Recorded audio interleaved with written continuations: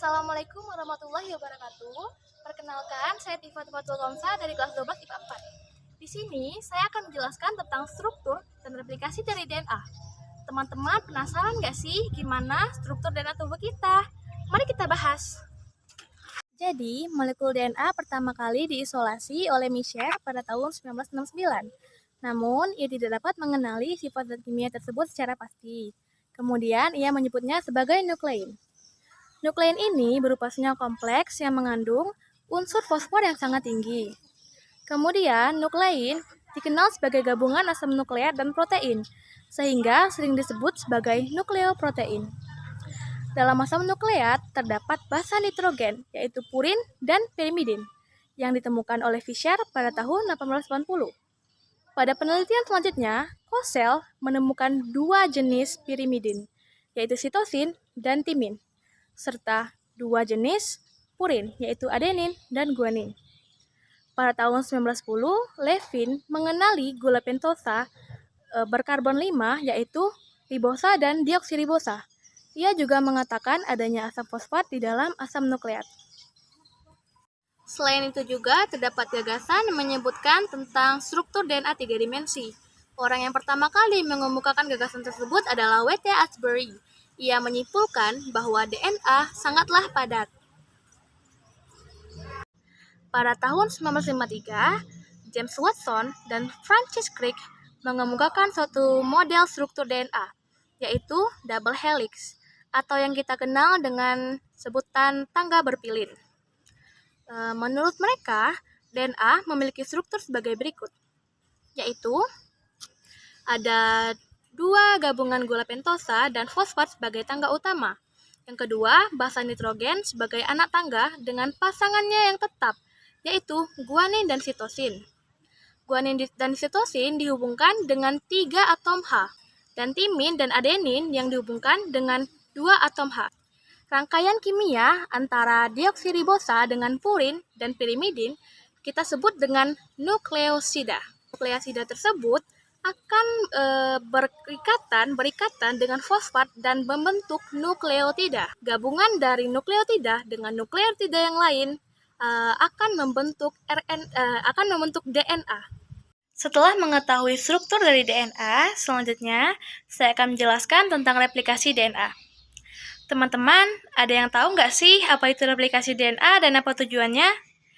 Jadi, replikasi DNA adalah proses penggadaan DNA untuk memperbanyak diri yang terjadi pada fase sintesis saat interfase menjelang sel akan membelah. Tujuannya sendiri yaitu agar sel anakan hasil pembelahan mengandung DNA yang identik dengan DNA induknya. Selanjutnya, kita akan membahas tentang hipotesis replikasi DNA. Jadi, ada 3 hipotesis teori replikasi DNA. Hipotesis yang pertama menyatakan bahwa bentuk double helix DNA yang lama tetap dan langsung menghasilkan double helix yang baru. Teori ini disebut dengan teori model konservatif. Hipotesis yang kedua menyatakan bahwa double helix akan terputus-putus. Selanjutnya, segmen-segmen tersebut akan membentuk segmen-segmen baru yang bergabung dengan segmen lama dan membentuk DNA baru. Hipotesis ini disebut dengan teori model dispersif. Hipotesis yang ketiga menyatakan bahwa dua pita spiral dari double helix memisahkan diri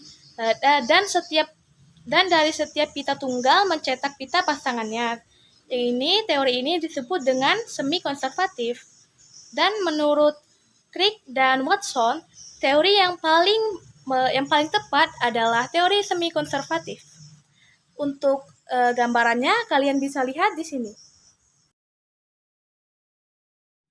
Oke, selanjutnya saya akan menjelaskan tentang proses replikasi DNA.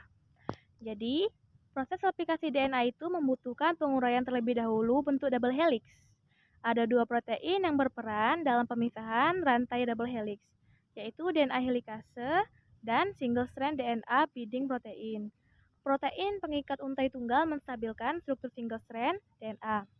Untai utama atau leading strand disintesis secara terus-menerus pada arah 5 aksen menuju 3 aksen oleh DNA polimerase.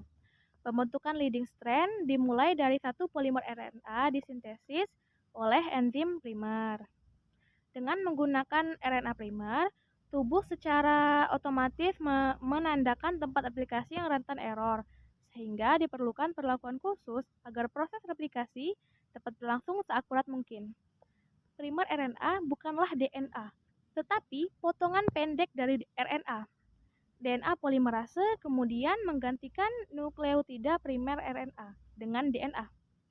Untuk memanjakan untai baru DNA yang lain, DNA polimerase harus bekerja di sepanjang cetakan yang jauh dari cabang replikasi. Untaian DNA yang disintesis pada arah ini disebut dengan lagging strand atau untai lamban. Lagging strand disintesis secara tidak kontinu.